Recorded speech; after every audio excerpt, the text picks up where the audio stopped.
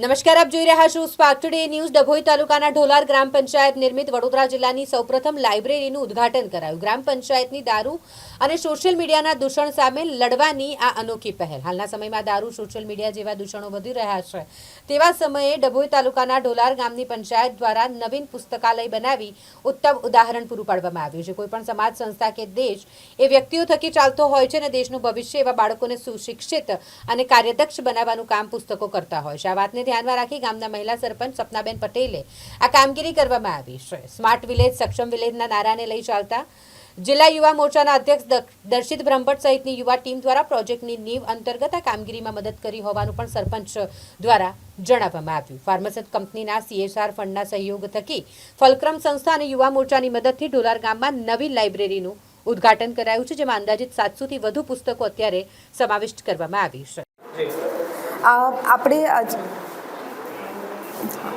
આપણે આજે ઢોલાર ગામમાં વિલેજમાં લાઇબ્રેરીનું ઉદ્ઘાટન કર્યું છે। આ પ્રોજેક્ટ ફાર્મસન કંપની દ્વારા ઇનિશિયેટ કરવામાં આવ્યો છે।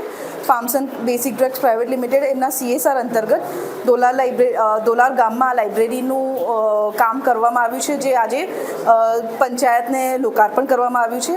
આ લાઇબ્રેરીમાં આપણે 600થી વધારે બુક્સ મૂકેલી છે, જેનો લાભ આ ગામના યુવા વર્ગ, બાળકો બધા જ આ લાઇબ્રેરીમાં આવી શકે છે અને સારી રીતે એનું વાંચન કરી શકે છે। આજના સમયમાં જ્યારે સોશિયલ મીડિયાનો આટલો બધો ઉપયોગ થવા માંડ્યો છે, બાળકોનું સ્ક્રીન ટાઈમ બહુ જ વધી ગયો છે, ત્યારે આ સમયમાં આપણે બાળકોમાં રીડિંગ હેબિટ્સ વધે એ જરૂરી છે અને એના માટેનો આ બહુ મોટો એક બહુ મુખ્ય કાર્યક્રમ છે, જેમાં બાળકોને આપણે ફરીથી પાછા પુસ્તક તરફ લઈ જઈ શકીશું।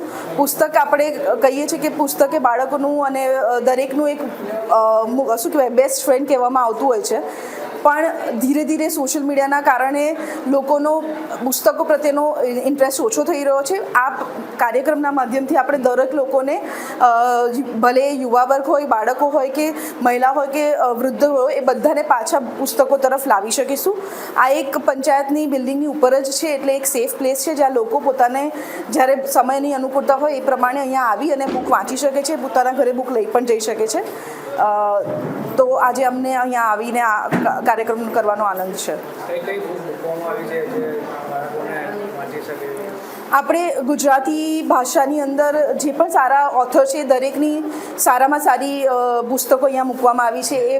એ એવા જીવન ચરિત્રની બુક્સ છે, ફિલોસોફીની બુક છે, યોગની બુક છે, કે પછી સાયન્સની પણ બુક્સ છે। તો ઘણી બધી વેરાયટીની બુક્સ છે, લગભગ 600થી વધારે બુક્સો અહીંયા છે ઓલરેડી। દેશના વડાપ્રધાન આદરણીય નરેન્દ્રભાઈનું સપનું છે કે ભારતને 2047 સુધી વિકસિત ભારત બનાવવું છે। એ વિકસિત ભારતની યાત્રામાં ગુજરાતના ગામડાઓ, ભારતના ગામડાઓ કઈ રીતે યોગદાન કરી શકે એ અંતર્ગત ઢોલાર ગામે આજે એક નવતર પહેલ કરી છે। ઢોલાર ગામના સરપંચ બેન શ્રી સપનાબેન અને એમની ટીમે નક્કી કર્યું કે આપણે આપણા ગામને સ્માર્ટ વિલેજ બનાવવું છે અને વિકસિત ભારતની યાત્રામાં સામેલ થવું છે। એ અંતર્ગત આજે ઢોલાર ગામમાં CSR પ્રોજેક્ટ અંતર્ગત એક સરસ મજાની લાઇબ્રેરીનું આજે લોકાર્પણ કરવામાં આવ્યું છે। ગુજરાતમાં અને વડોદરા તાલુકામાં, વડોદરા જિલ્લામાં પણ અને ડભોઈ તાલુકામાં પણ આ પ્રકારની લાઇબ્રેરીનું લોકાર્પણ ગ્રામ પંચાયત દ્વારા થયું હોય CSR ફંડના માધ્યમથી, એવી આ પ્રથમ ઘટના છે। તો હું ઢોલારના સરપંચ સપનાબેન અને એમની ટીમને અભિનંદન આપું છું અને ભારતીય જનતા યુવા મોરચાના ડભોઈ તાલુકાના મહામંત્રી પાર્થભાઈ પટેલને પણ અભિનંદન પાઠવું છું કે તેમની અને તેમની ટીમની મહેનત દ્વારા આ સરસ મજાનું સમાજ સેવાનું કામ થઈ રહ્યું છે।